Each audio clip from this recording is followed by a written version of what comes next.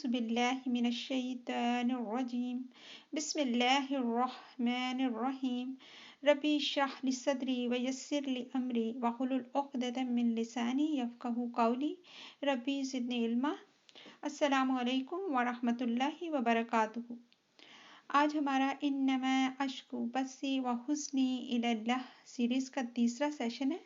پچھلے سیشنز میں ہم نے دیکھا کہ خوف، حزن، غم اور یاس کی کیفیات انسانی فطرت کا حصہ ہیں۔ ان کا ذکر ہمیں قرآن پاک میں بھی ملتا ہے اور نبی کریم صلی اللہ علیہ وسلم نے ہمیں ان سے بچنے کے لیے دعائیں بھی سکھائی ہیں۔ اس میں سے ایک دعا اللہم انی اعوذ بک من الہم والحزن کا ذکر ہم نے اپنے پچھلے سیشن میں کیا کہ اے میرے رب میں تیری پناہ چاہتی ہوں غم سے اور حزن سے۔ تو پیاری بہنوں، یہ دعا جو ہم نے سیکھی، یہاں سمجھنے کا نقطہ یہ ہے کہ جس ہستی سے ہم پناہ حاصل کرنے جا رہے ہیں اس پر ہمارا ایمان یقین کی حد تک ہے۔ اگر ہم آگ کو گلزار بنانا چاہتے ہیں تو ابراہیم علیہ السلام والا یقین بھی پیدا کرنا ہوگا۔ پیاری بہنوں، ہم سب کلمہ گو ہیں اور یہی کلمہ ہمارا عقیدہ ہے، یعنی لا الہ الا اللہ محمد الرسول اللہ۔ کلمے کا پہلا حصہ اس بات کا اقرار ہے کہ ہم اللہ کے سوا کسی کو معبود نہیں مانیں گے، رائٹ؟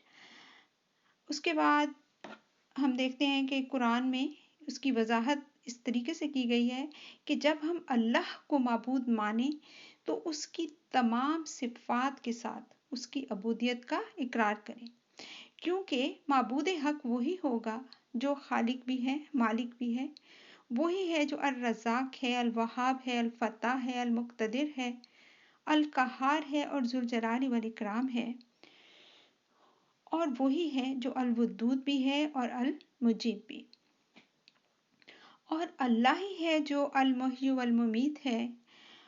اور اس کے بعد ہم یہ بھی مانتے ہیں کہ ان اللہ علی کل شیء قدیر، کہ بے شک اللہ ہر چیز پر قادر ہے۔ تو پیاری بہنوں، اس کے بعد ہمارا رویہ کیا ہونا چاہیے؟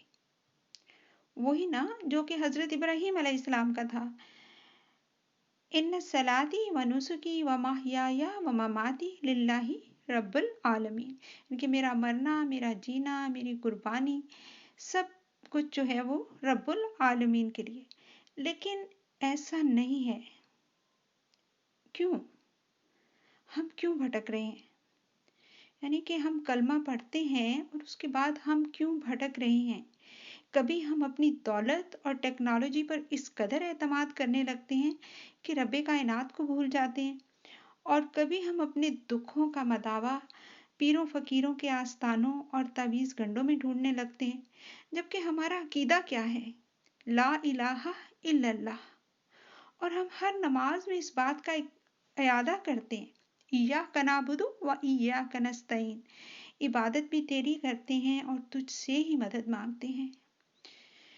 تو پیاری بہنوں، یہی عقیدے کی خرابی ہے جس کی وجہ سے ہمارا ایمان ڈگمگاتا رہتا ہے اور اللہ رب العالمین سے ہمارا تعلق کمزور پڑنے لگتا ہے۔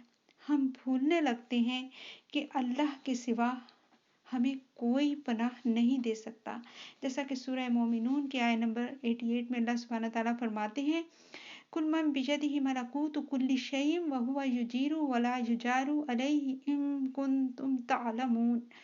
کہو کہ اگر تم جانتے ہو تو بتاؤ کہ وہ کون ہے جس کے ہاتھ میں ہر چیز کی بادشاہی ہے اور وہ پناہ دیتا ہے اور اس کے مقابل کوئی کسی کو پناہ نہیں دے سکتا۔ اسی طرح ایک حدیث میں عبداللہ بن عباس رضی اللہ تعالیٰ عنہ سے روایت ہے کہ نبی کریم صلی اللہ علیہ وآلہ وسلم نے فرمایا تو اللہ کو یاد رکھ، وہ تجھے یاد رکھے گا، تو اس کو اپنے قریب پائے گا، اور جب مانگے تو اللہ سے مانگ، اور جب مدد چاہے تو مدد چاہ اللہ سے، اور جان لے کہ تمام لوگ مل کر بھی تجھے نفع پہنچانا چاہیں تو ہرگز نہ پہنچا سکیں گے مگر اتنا کہ اللہ نے تیرے لیے لکھ دیا، اور تمام لوگ جمع ہو کر بھی تجھے نقصان پہنچانا چاہیں تو نہ پہنچا سکیں گے مگر اتنا ہی جتنا اللہ نے لکھا تیرے لیے۔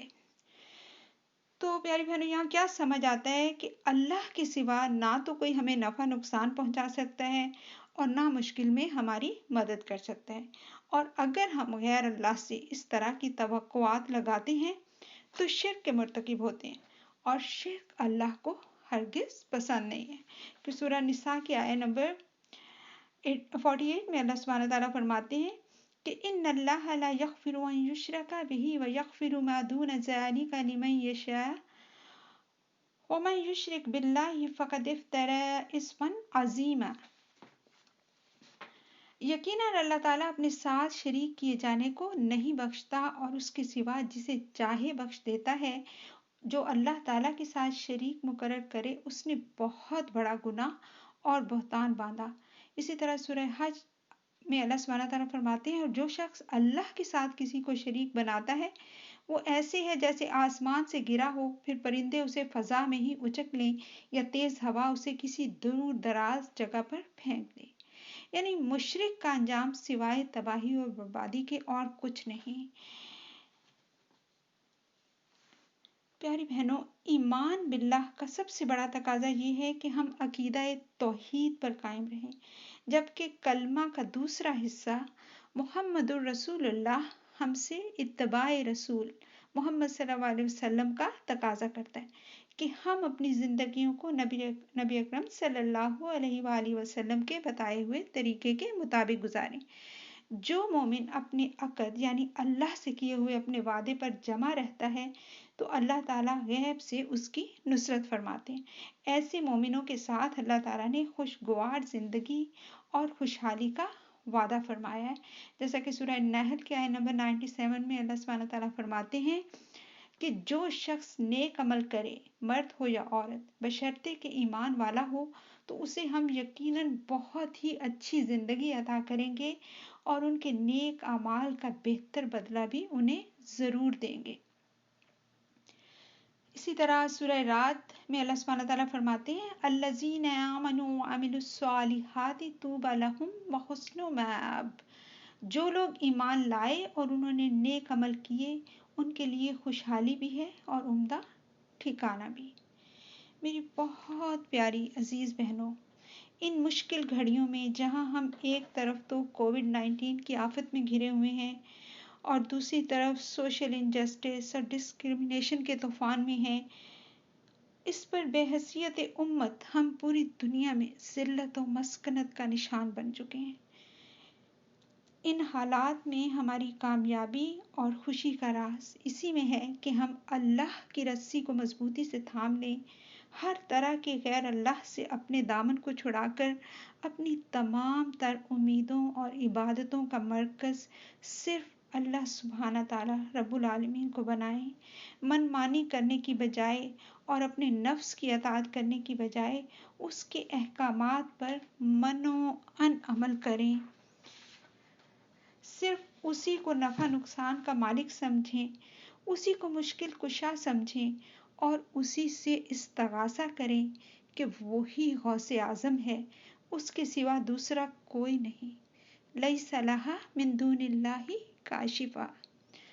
اپنی ساری فکروں کو اللہ کے حوالے کر دیں تاکہ اللہ ہی ہمارے لیے کافی ہو جائے۔